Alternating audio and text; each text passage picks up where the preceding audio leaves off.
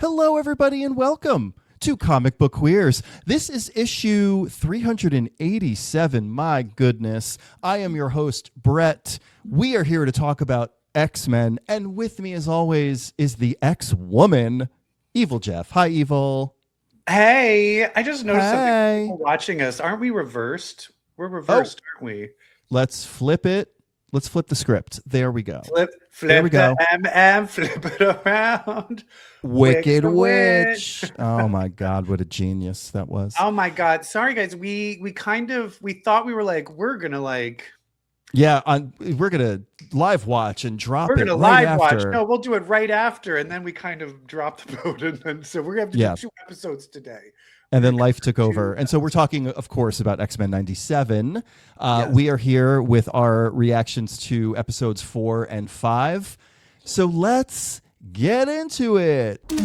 What you watching? Is it me naked? No? Oh, fine. All right, so we are watching X-Men '97. That's right. Evil Jeff, overall, how are you feeling about it? Is it still tickling your fancy? Are you fulfilled? It's the oh fuck, I was just talking to someone, not talking to someone, watching Love Island. Oh, okay, two different things. Have you watched any of Love Island? No, but I am following the Bryce Zach stuff on Threads, but that's about it. Not that there's any more Zach Bryce. I understand Bryce won. Spoiler. Sorry. I think Bryce Can I and say then that? the girl, but I think the people that came in second, it's this Anaya and then this half Japanese guy. Oh, the muscly one? Yeah, and he's so Oof. hot. But So anyway, hot. he brought up, and now I can't even remember the word, but he was bringing up where he was like, he brought up some Japanese word that basically meant you're so happy that you become sad because you know it's going to end. Oh, yeah. Yeah. And I'm like, that is what I feel because these are, They're so perfect. they're not long enough. They're not long enough. I want them to be longer. But what a because I love them. miracle. What a miracle that they're able to check so many boxes in terms of story arcs from the comics, things that we know about the lore in such truncated time. They're very good about giving Wolverine his adamantium back the next episode, for example, which we'll talk about next. But first, Yes. they're Yes. very good about the Rise of Apocalypse happening over 2 parts, and we are here to talk about part 2, episode 4. We are, and this is that thing with when you're dealing with time, can you really change time? Or is it kind of like, because this all ends up seeming like you guys helped him become Apocalypse. You sure? Like, were you part of it? Like, were you always part of Were his you journey to always the becoming reason Apocalypse? he became Apocalypse? Like, if you didn't do anything, he might not have become Apocalypse. This show Which is maybe it's so... Mother Ascani's fault. Oh, maybe. I'm okay blaming a lesbian. No, Hell lesbians yeah. make the world go round. Let's be honest. This show. Okay. This show understands who these characters are so fucking much. And we're going to talk about the Wolverine episode and that. But this is an episode of the fucking hubris of Xavier and Magneto. And with their good intentions and their lofty speeches and their patriarchy male whiteness, they fuck shit up so bad, which I gotta say is so them. Yeah. Yeah. And also gay. And There gay. was a moment between them where it was like, just kiss. Just fuck already. Just kiss already. Oh my God. But it really is funny where it's a tale of Xavier's like, no, my way. And then Magneto's like, no, my way. And then together they're like, no, our way. And then you're like, all of your ways are bad. It's all bad. It's all bad. And like, your ways aren't even that different. Like, Xavier's like, you've spoken to him eloquently about philosophy and goodness. And so that didn't work. So I'm going to do that. And then because I'm Xavier, it will work. And can we also talk about the subtle racism of a black time traveler is like, hey, I know what we need to do. And it was like, girl, shut the fuck up. Girl. Poor fucking Bishop. I mean, Bishop if that like, is not the Black experience, like, hey, everybody, this is what's up. Please listen to us. No. you're like, yeah, no, we're not No, going we know to. better. Yeah, but that When is Magneto- interesting that you actually see when they get into the ship, you see like the hieroglyphics of Magneto and Xavier and all of them there. So I do feel that it's like they were destined to always do this. This was It's always so the prophecy. stupid. This was always Yeah. the way. But then we get to it's revealed, which, you know, as those who know the story, we knew that Rama Tut was Kang. Yep. But then we see Kang. Can I get some clarity on the woman with Kang? She's an external, right? Yes, Kandra. Kandra. Can you just, I know the externals showed up, isn't Selene an external? Yes, Selene. Think back to when Apocalypse murdered them all to create the first the gate Krakoa. to Otherworld. Yeah. Yes, and I remembered reading that being like, oh, I don't remember. Where did the externals, when did they first show up? Is that an X-Men thing? Yes, they are very much an X-Men thing. The biggest claim to fame, do you remember when Cannonball died and then popped back up a la Dazzler? And the whole thing was that Cannonball was potentially an external and therefore immortal. Oh yeah, right. When did that happen? When was that? That was that was like early 2000s, 90s. I don't remember. Yeah. But yeah, they've been a thing in X-Men history. I got to say though, don't ask me too many questions about them. They are one of those corners of the X universe that I never really connected with. I never really took to the externals. I just didn't care for them. I just didn't get them. Yeah. Yeah. Also, when someone's like, we're all just immortal, well, now you're boring. Well, now you're boring. You can't die. You're boring. Yeah. But someone who did die in this is Magneto. He died? I mean, did he die? Did he die? Is that Any the theories? last we're going to see? Is Magneto now not a character in the show anymore? Any theories on how he might return? Well, I feel there's two huge theories. And maybe can they, but there's two theories, and one of them is definitely going to happen. What? Yeah. There should only be one theory because there's only one thing that's going to happen. No, there's two things that could happen. Okay. The first one is that he's not fully dead because Apocalypse is planning for him to be a Horseman of the Apocalypse. The second thing that could be happening is Xavier and all of his no, that he at the last moment sucked in the psyche of Magneto into his own, and then when they go back to the future, leaving for that, separating out into Onslaught. One thing I want to say about Onslaught is I do not think we will see Onslaught this season.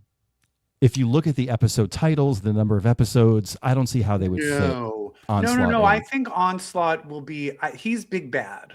Like he's like, so they kind of are like solo big bad energies. Kind of, it's like there's one main big bad. Kind of was like Bastion was the big bad that everything was leading up to. This whole season is all going to be Apocalypse. So that Onslaught would be later, but this could be what sets that up. Maybe. I agree. And so, yes, there are two theories, but because I fully know that he will come back as War. There was a reason we watched the assassination of the Horseman War.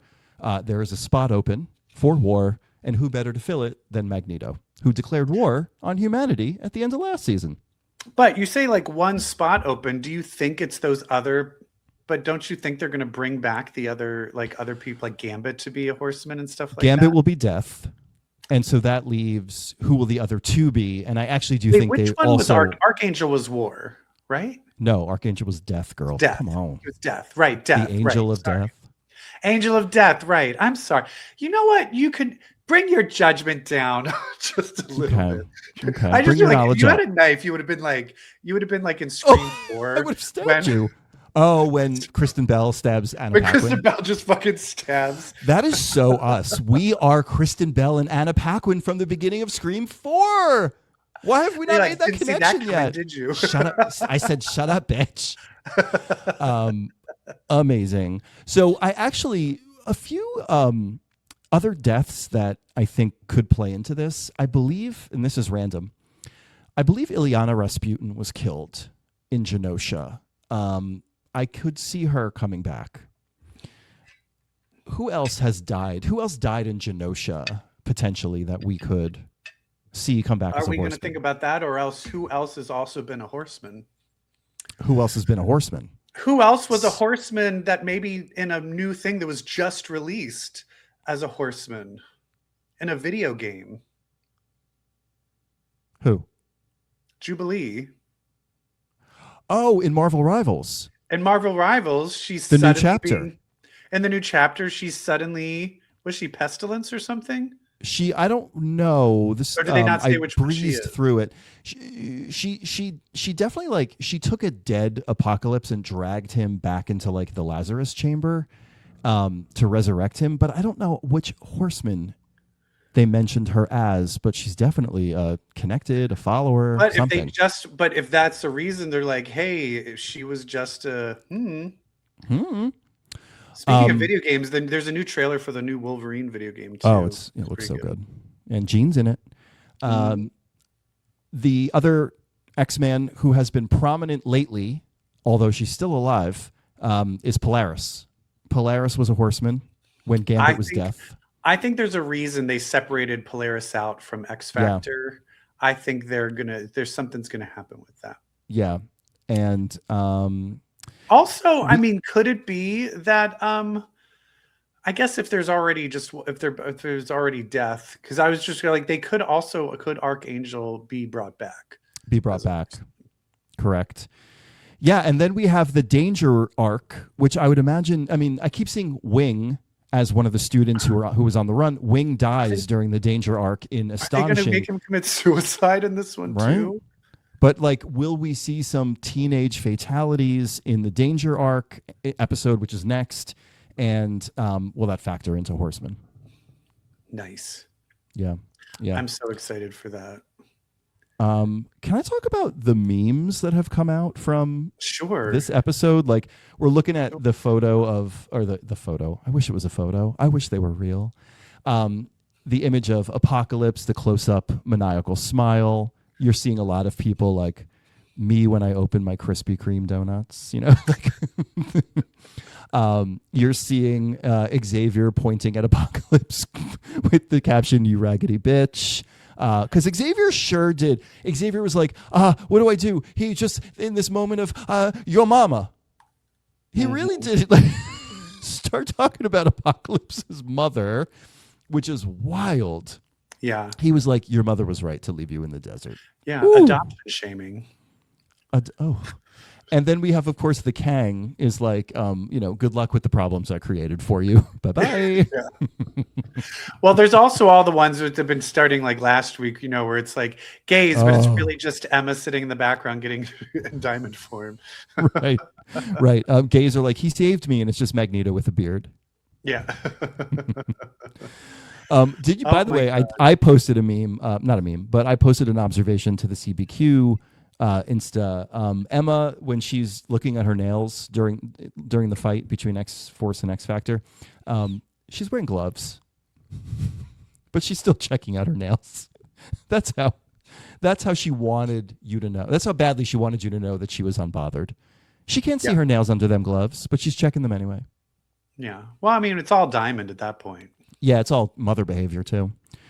Anything else that we want to say about this episode, which was very good? Need to be longer.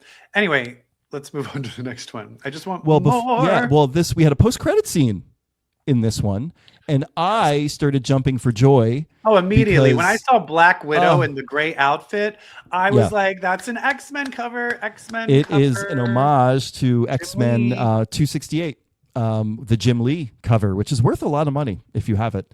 The flashback to when Captain America and Wolverine actually rescued a baby, Natasha Romanoff. You know what? I need to look. I do have issue 275. That's 268. I have 275. That's the one that's the pullout where they go fight Leela Cheney takes them into space to meet Xavier. And that is signed by Jim Lee. Oh, signed by Jubilee? Jim Lee. Oh, damn it. Anyway, Wolverine's like, gotta put the gang back together. Yeah. And he sure does. That's what the whole next episode And he sure is does. about. What a segue into our reactions to X-Men 97 episode 5, which is called Weapon X, Lies, and DVDs. And I am impressed because I thought DVDs would just be like a yes and of Weapon X, Lies, and videotape from the original run. No, DVDs actually factored into the story, and we'll talk about those.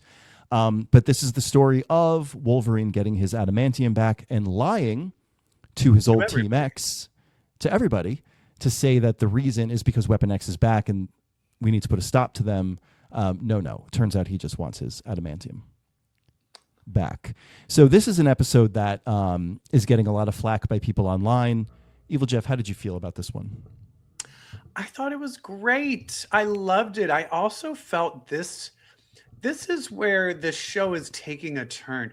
I think the show always has like surprising deaths, but this one was definitely like, ooh, they're just killing.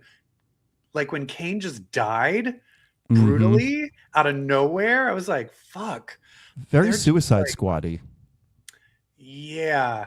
And I've been watching TikToks of people going crazy, and it's always Wolverine, people that love Wolverine. So people going crazy meaning they hated this episode. They hate it because they're like, all right, so like Wolverine just took these people there and like he was lying to them, and you're like, yeah. This is what's brilliant is Wolverine formed a mission with these former Weapon Xers. All of these people are bad guys. Wolverine does not care if they live or die. He just wants to get his adamantium back. But he does know he's going a little too far, so he makes sure he brings his boyfriend. His boyfriend? To kind of keep him in check, Morph. Not that Morph is a boy. But yeah, and so this actually wound up being... And so does Morph have they, them pronouns? Yeah, Morph has they, them pronouns, and they've been very good about using them. Okay. Yeah, Morph identifies as non-binary, and like even like it what's just touches term me. If you don't say boyfriend or girlfriend, what's the non-binary? Right. I don't know. NB friend? I don't know, but it touches me. Partner. All right, go ahead. Yeah, we don't have an answer, so I'm moving on. It touches me when Rogue seamlessly refers to Morph as they in the middle of a speech. You know, like it's just like thank you for using those without hesitation. Some Mississippi girl. I don't understand it, sugar, but I'll go along. And she's like, for all the good, she's like, and then for all the good that did them. And I was like, oh, look at you, Rogue. Okay. You can take Mississippi out of the girl. So this episode wound up being a accurate depiction of the Wolverine we know from the comics, the self-loathing Wolverine.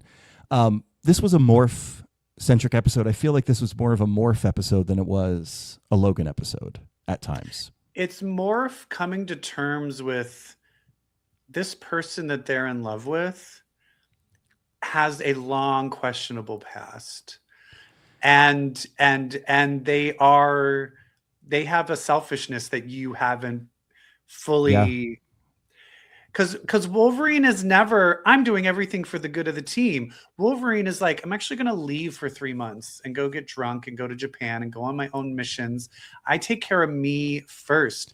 That is how Wolverine is. And if he wants to get his fucking adamantium back, of course he's going to take expendable bad guys that he doesn't care or like that could die. I mean, I guess Lady Deathstrike, it's not, he doesn't necessarily, in this, it's like they used to be together. Yeah. But I think he also knows like they all can take care of themselves. Who cares if I lied to them? Right. But for Morph to realize, I mean, the whole thing smacks of if you don't love yourself, how the hell are you going to love somebody else?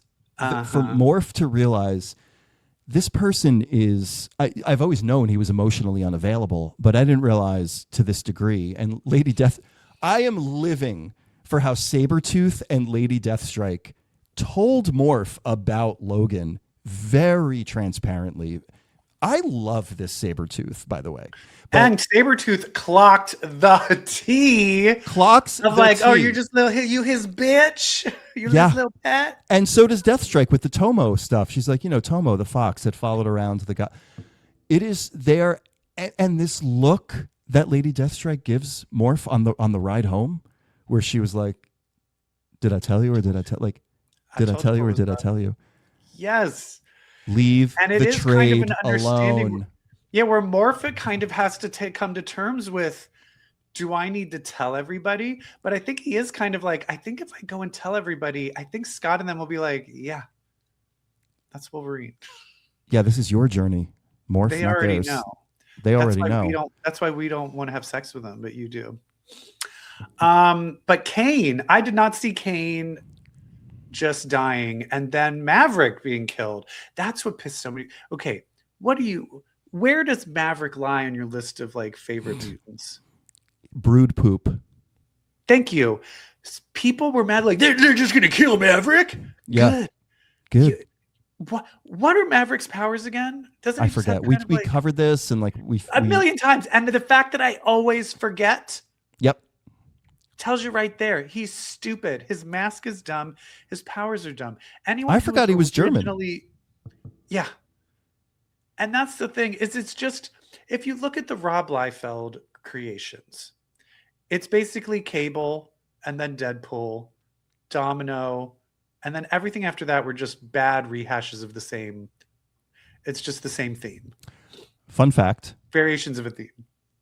Maverick was created by Jim Lee, not Rob Liefeld. Wait, really? And what? I thought he showed up in X-Force first. I think he was created in Rob Liefeld's image, but Jim Lee is the one who created him.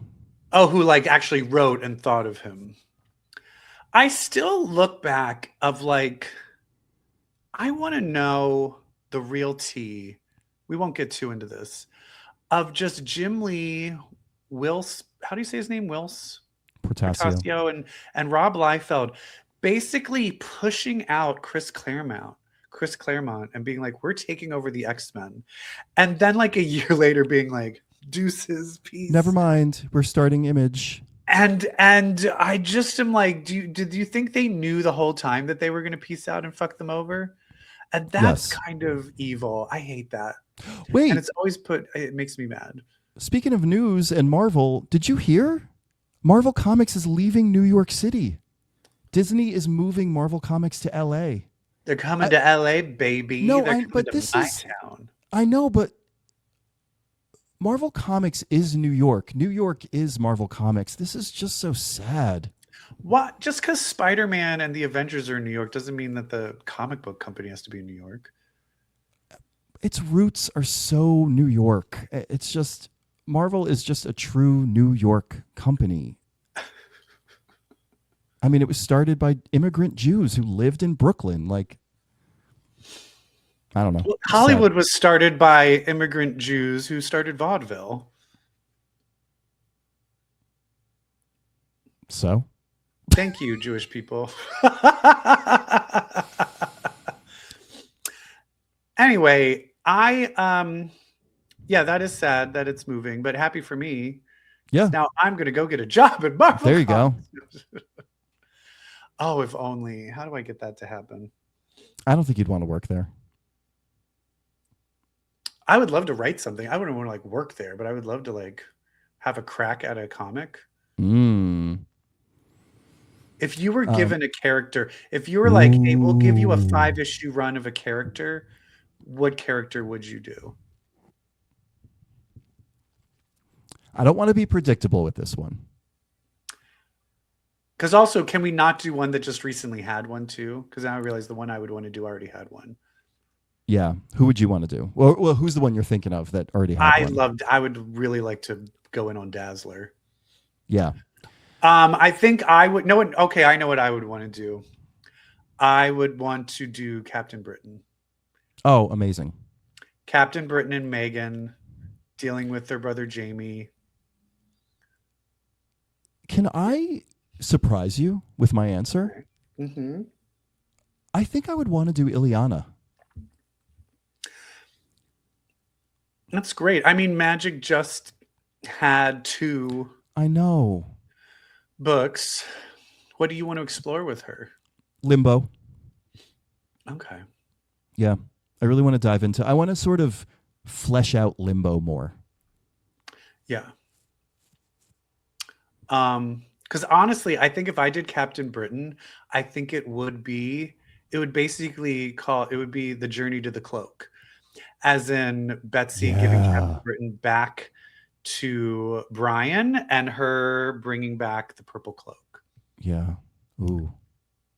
And it's all going to be, do I want to do it? I think it's all going to be because she loses Rachel to the future.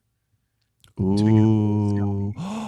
Wait, can we do this? I love this. I know, right? That's right. If you're listening, Mother Ascani and Psylocke Betsy Braddock are lovers currently. That's right. But not Psylocke Betsy. No, oh, it's so complicated. All right. Anyway, let's. What else do we want to talk about this? We had another little cute. Yeah. When they did the X-Men cover. Yeah. This one we're looking at 234. These Easter eggs that you're just like, mwah. Yeah. And it's the Easter eggs where you don't need to watch the X-Men to appreciate it or read the X-Men to appreciate it, but the fact that they give it to us. And then you have in here the fact that Morph brings up Jean to get him to kind of snap out of it. That's the other thing that cuts at Morph is, hey, Logan, it's me, your good friend Morph. That did nothing. And then when Morph changes into Jean, that's what. And so for Morph to carry the knowledge and the proof, he's never going to love you. I'm not enough.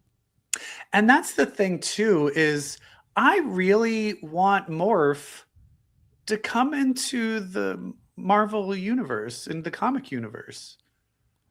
He only lives they in were Exiles. They were on Exiles, and that's it. Yeah. They were just on Exiles and that's it. But I'm like, bring him back. And my understanding is that Morph, the 616 version of Morph, was Changeling from the early X-Men days. The person the mutant who pretended to be Xavier, the Xavier that was killed early on by the aliens, turned out to be Changeling, masquerading as Xavier for a while. So I believe that 616 Morph is Changeling. Okay. Anyway, something I want to research.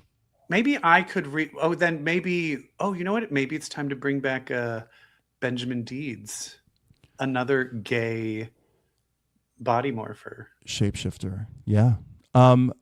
Also, I think, are we going to talk about a character that came out when we talk about the comic books? Did you notice there was an outing and that I didn't know it, and I consider it new information? Are you talking about an X-Men? Yeah. What's his Ben name? Liu. Ben Liu? No. What are you talking about? He's been gay the whole time. I did not clock that. Don't you remember when we talked about where he kept hitting on Cyclops? Oh, right. And I think there's a few lines where he mentions like an ex-boyfriend. Oh. No, he's always been gay. Okay. Anyway. Anything else about X-Men 97? Did you look at the? Did you do a still of the DVDs by any chance? No, but let's talk about it. There is some nice, when they're going through the DVDs, you see all the other like potential X's. We have a lot of them was the ones that Grant Morrison established when they did the Weapon Plus arc. What was that book? Was that Weapon? Was it Weapon 1, Weapon 2, Weapon 3? What was the one with the dog? What was it? A dog and a cat? We three. What was the third one? A mouse? Rabbit. A rabbit. Yeah. Who else was on those DVDs? Well, to me, the one that really stood out was Phantom X, Weapon 13. Phantom X, yes. That one was a great reference. They also homed in on Weapon 6, who the DVD was just labeled Weapon 6, but do you know who that is? Oh, who's Weapon 6? I don't remember. It's Luke Cage. Is that what? And that Luke Cage, he was not, I believe he was not part of the Weapon Plus program per se, but I think it is the technology that the Weapon 6 phase produced that was then given to Luke Cage, and that's how he got his powers. What? That's crazy. Yeah, but they did go off, like the Weapon Plus program. I mean, it's Typhoid Mary, it's Phantom X, it's the Stepford Cuckoos, it's Man-Thing, Nuke, of course, Captain America. But they did fill in other just kind of you've been programmed, you've been created type characters like the Winter Soldier. Yeah. All right. So are we talking about the actual X-Men comics now? Oh, I think we're talking about comics. Let's hit some music. It's mutants with powers, Omega for hours. Bitch, let's read some X-Men. Bitch, we did. I want to X you up. Oh my God. Have we ever talked about X-Men Outback? Probably not. Probably not. Have you read it? Yeah. What'd you think? It's fine. It's nostalgic. It's giving me a little bit of like Disney remakes The Lion King. A little bit. Like, why? Yeah. Why? But the nostalgia, I like it. I like that they go right into Rogue and Dazzler fighting over Longshot. Like, it really digs into like what was going on in all of these characters. I can tell it's someone who they really liked this. Steve Orlando. Run. Like he likes this run, and so he knows what was going on. I think Steve Orlando did an incredible job at capturing the voice and the vibe of that era. It really felt like an issue from back then. And it's great. I mean, it's a lot of what was going through their heads, like Storm's struggle with leadership, Wolverine kind of coaxing her into stepping up and really being the true leader. I thought was great. Again, the Dazzler Rogue rivalry, so good. And really getting into the idea of Dazzler struggling with the thought that she can't ever be a singer because she can't ever be filmed. Yeah, which was, I don't think she ever brought that up. I think very quickly it's very weird because she very quickly kind of gave up and was like, no, I want to be a hero. I really want to be a hero. I want to be an X-Man. But then the craziness of that vainness then went to like, hey, you hussy, you stay away from my man. Yeah, right. She acted like you can take the girl out of the pop star, but you can't take the pop star out of the girl. Exactly. But yeah. It was cute. It was cute. Yeah, very cute. I thought it did a great job. It made me happy, which I think is the point of nostalgia. The one thing I wish is like, what is Mark Silvestri still alive? Yeah. Right? It's like pay him to draw to this. Do it. Oh my God. The art is good though. It actually does remind me. Yeah. Oh, I think that. Thank you for reminding me because I have room in my bedroom for one painting, but I wasn't sure what I wanted, and I realized I do know what I want. Issue 244, that 2-page splash page in Inferno, when the X-Men meet X-Factor and Wolverine, and the front Wolverine's kissing Jean Grey. I want that in like a huge poster hanging in my apartment.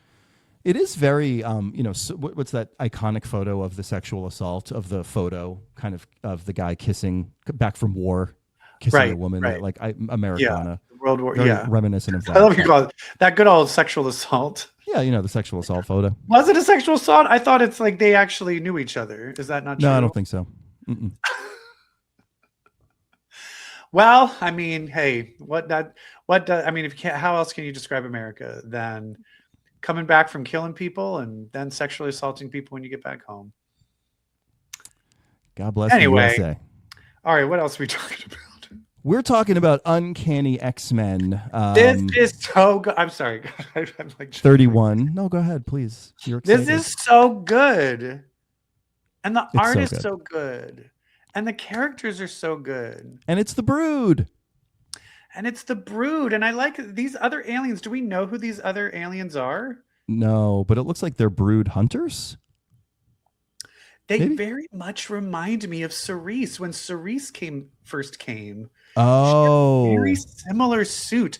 And the fact when they were like, Cerise came from a place so far away that even the Shi'ar and stuff couldn't recognize her. And then it got retconned that she was Shi'ar, which always pissed me off. yeah. But then they were like, oh, these people are from very, very, very far away. And they just want to get rid of the Brood.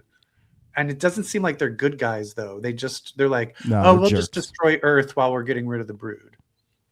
Oh, that's the other thing people are pissed off about X-Men 97 is they're like, oh, so we're just supposed to assume that the Brood is just all dead? And I'm like, no. You think they're not going to come back as bad guys again? Right. We're just going to let them all, let's just assume that, like, why didn't Wolverine go back to make sure they were? And I was like, why do you think Wolverine is Captain America? Anyway. Why didn't Wolverine? The whole point was that he selfishly just wanted his adamantium back and fuck everything else. That was the point of the episode. And especially because you have that where you have Forge and Storm on a journey to get her powers back. And then you have Morph and Wolverine on a journey to get his powers back. And you just see the very huge discrepancy of these two characters, their moral fiber. Oh, fun that Forge finally got his own little moment in the opening credits. I love it. I loved it. It's great. I'm hoping, though, the next one I want Psylocke and Archangel to be in the permanent opening credits. Same. Okay, anyway. So this issue. So we do go back to Monet at the prison, and we find out more about the whole thing was about Weapon Plus, about Weapon X, and how they wanted to just keep it going and just try to turn these mutants. Again. Poor Siren. Again. Poor Siren. Oh God. Did I tell you I started reading because I've been rereading things, and I went through the Peter David Stroman X Factor. Yeah. And then I skipped over and I started X Factor Investigations. Oh. And poor Siren and Rain, I think, are the most fucked over characters. Oh yeah. If you look at the long strain, they get fucked with so fucking much. And it's like poor Siren. And then Banshee's like, well, I came. And I'm like, Banshee, you took a long fucking time to save your daughter. A long time. Well, sorry, I had to stop. I had to stop for cigarettes on the way.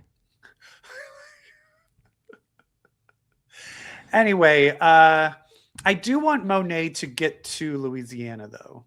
Yes, agree. I need that to happen. Get her at the Haven House. Yeah. I need Monet and Mutina in the same room quickly. Mutina, because my favorite character archetype, like, oh, she's just a psychotic, rage-filled bitch. Like, there's really nothing to her other than murder. Nope, she's got layers. She's amazing. She's smart. She cares. You know, like I love the reveals. She wants them to like her. Yeah. In a weird way, she's murdering and doing all of that so that they'll pay attention to her. Yeah. And I love that this is all happening over a X-Men prom, basically. Basically, and that the school is built on top of a brood hive. That's where it's the thing that Gail is doing is she really knows how to take epic and small and knows when to like make things small and make things epic and then balance them out so that the stakes are always real and grounded. Mm-hmm. I feel like so many X-Men comics are just like the whole world's going to end. There's a virus that's going to kill everybody. It's just always trying to be epic where they forget like you just need to live in the smallness of everyday relatable world that they just don't and the stakes can be emotional character stakes. Ugh. United. So bad. We're not going to talk about it, by the way. No. That book. We're not going to nothing to say. Nothing to say about that. What else we got? Oh, but I do have a lot to say about Inglorious X-Force that came out this week. Yeah. I feel like it's back to form. It was a little touching. There was an issue I think that worried us. But you know what? It doesn't work. But it doesn't worry anymore because they kind of addressed the fact that they brought Cyclops and Quentin Quire in. And as they're leaving, they're like, he's totally psychically blocking. There's something going on. He's lying. There's something going on. Like the fact that they leave being like, yeah, no. Because I'm like, oh, they're not going to notice there's something wrong. And then they're just like, there's something wrong. And I was like, okay, thank you. And I love Cyclops so much because you're like, oh, he brought Quentin for backup, for muscle, like just in case things go down. No. He brought backup. He brought Quentin to see if Cable, yeah. Because he's like, Cable wouldn't normally do this. So something's up. Yeah. And that was really good. Domino's whole, at first I was like, oh, she has amnesia, but an amnesiac who knows she's a mutant, but doesn't know her powers and their luck powers, and discovering that she has luck powers is a really fun thing to read. Yeah. And the way she described her powers, who writes this? I don't know who this person is. We've said it before. It's escaping me now. It says Seeley. Tim Seeley? Anyway, she said my powers is I can let myself fall.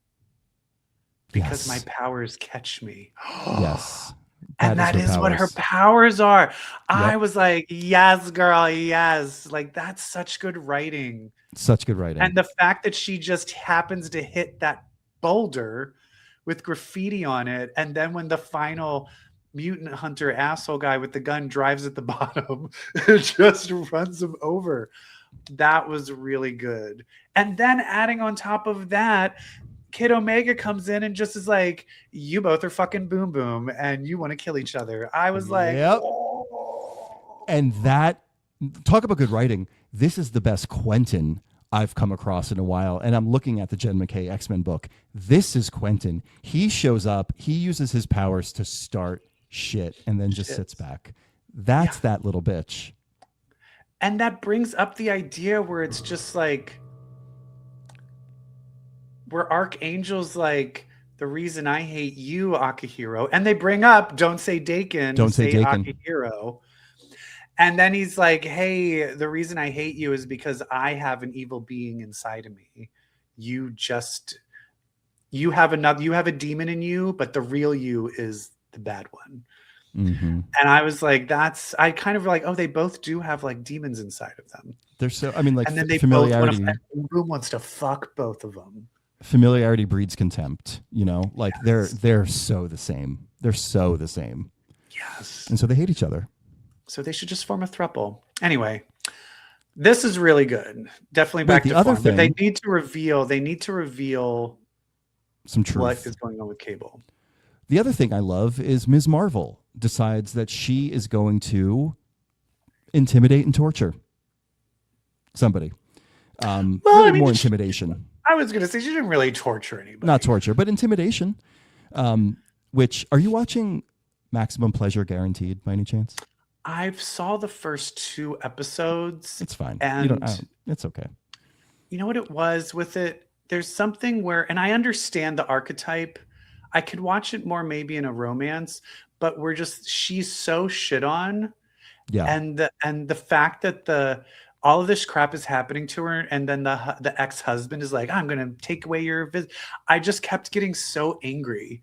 And I'm sure it all gets resolved, but I was like, I'm not having fun watching this. There is a character who they hit a roadblock, and this character goes, wait a minute. I'm 6'5". Like, I'm just going to do this. And he just starts like becoming intimidating and threatening this woman to like give him information. He's like, I will fucking kick your ass. And is it her coworker friend? Yeah. That, you know who he is, right? No, who? Julia Louis-Dreyfus's son. Oh, wow. He's sexy. He's hot. Yeah. However, did you think the character was gay in that show? I thought he was gay. Is he not gay? Turns out he's straight, which I was like, wait, what? Like they have a romance between the two, like the two sassy coworkers. And I'm like, this is stupid. Oh. He's Maybe gay he's as fuck. Anyway. Inglorious X-Force, great. I want them to keep Great. this going. Yeah, love this book. Oh, and wait, who shows up at the end? Even better. Wait, who does show up at the end? Domino's luck powers bring her to... Oh, Shatterstar. That's right. Shatterstar. Speaking of gays. Woo. So great. Because we have not seen, but that's the thing. If we see Shatterstar, I better fucking see you-know-who. Oh, We will. We absolutely I need some will. fucking Richter on this team. A team with Richter, Shatterstar, and Boom Boom. But then I'm like, oh, I need Cannonball and Sunspot and Siren. Right? Oh, anyway, okay. That's who I need in my life. Sam Guthrie. We have been denied Sam Guthrie enough. Yeah. Enough. Amen. Amen, sister. All right. This X-Men, this is kind of, what's his name? Schwartzwald? Is that his name? Schwarzschild. Schwarzschild. Benjamin Liu, that's his name, goes inside. He's inside his brain with Quentin Quire. And they end up getting, I like that they bring back the bug room because that's a Cassandra Nova thing. Cassandra Nova. They put them in the bug room, and Quentin Quire gets sucked into a bug room, and then Benjamin Liu gets sucked into Schwarzschild's bug room. Yeah, that's the twist. It's not Ben's, it's Schwarzschild's. And he basically has access to just kill him. And Quentin Quire is like, hey, dude, I've done shit. Go for it. But other people might get turned into what you are if we don't keep them alive to find out shit. And then I liked how this ended with him being like, I left him alive, but once you get the information, I'm going to kill him. I'm fucking him up. And do you know what I think's going to happen? What? Boyfriends! Yay! Oh, God, I love the X-Men. So gay. Because tell me right now that Benjamin Liu will probably do a reality warping thing where he's going to be the one watching over him, getting the information. They start falling in love, but he still knows he needs to kill him after he gets the information. But then he starts being torn by the connection they have. Listen to me right now. If you do not write this plot, you are dumb. It's just there right for you. It's right there. Falling in love with someone that you have to kill, that is like one of my favorite plot lines ever. To go from I'm going to kill him to I'm going to kiss him. Yes. What a journey. Enemies to lovers is always the best. Anyway, this is Everything good. else was pretty. This is fine. Yeah. No, there was another significant moment here, and I think it was done on purpose. Okay. Beast was like given a moment where he could have used the X-Men's might to fuck with Department H, and instead he just negotiated. And it's like he weirdly has Dark Beast as this thing that's like, no, I'm going to take the good. I'm going to be good. Yeah. He's always consciously deciding to be good. And I love that. Like excruciatingly good. Like not only did he negotiate, he exercised goodwill. He saved some of their lives as a combat strategy. Yeah, and basically he's living his life to prove the evil version of his of the future version of himself wrong. Is wrong. And I love that because I think that's where the thing that would be good is this whole DNA virus bullshit, whatever. But it is all leading up. It is all leading up to a beast versus beast. A beast off. A beast off. I want them to beast me off. I'm beasting off just thinking about it. Yeah. I will say this is pretty good. X-Men found itself. Is found itself. Uncanny X-Men is amazing. Everything else is a little Inglorious is amazing. Is great. Everything else is right.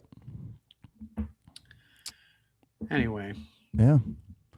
Well, we did it. We did. An all X-Men extravaganza. No drag race for you. Oh my God.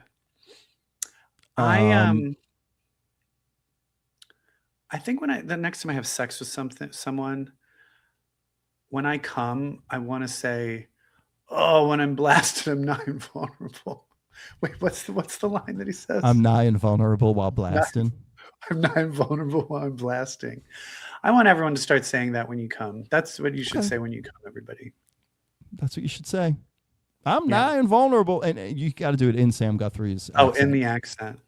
I'm nigh invulnerable while blasting. Oh, yes. Oh, I did an improv show last night, and there was a scene that took place in hell, and so I just walked out as Lindsey Graham, and it was so fun. And it made my day to be Lindsey Graham in hell. How about that? Oh no, Lindsey Graham died. Okay. Anyway. How about all the escorts? No, I'm talking about the escorts that are finally telling all their stories online. I know, the poor thing, because that's like the whole escort industry is collapsing. No. Their main client. Major We all source of need to revenue. move to LA for Tom Cruise. Wait, should we cut that out? Am I gonna get sued? Oh. No, I don't care.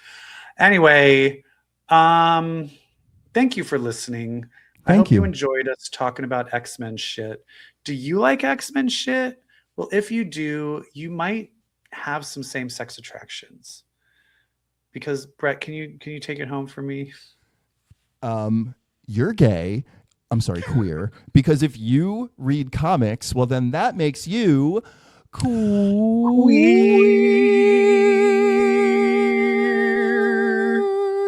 Bye. Bye.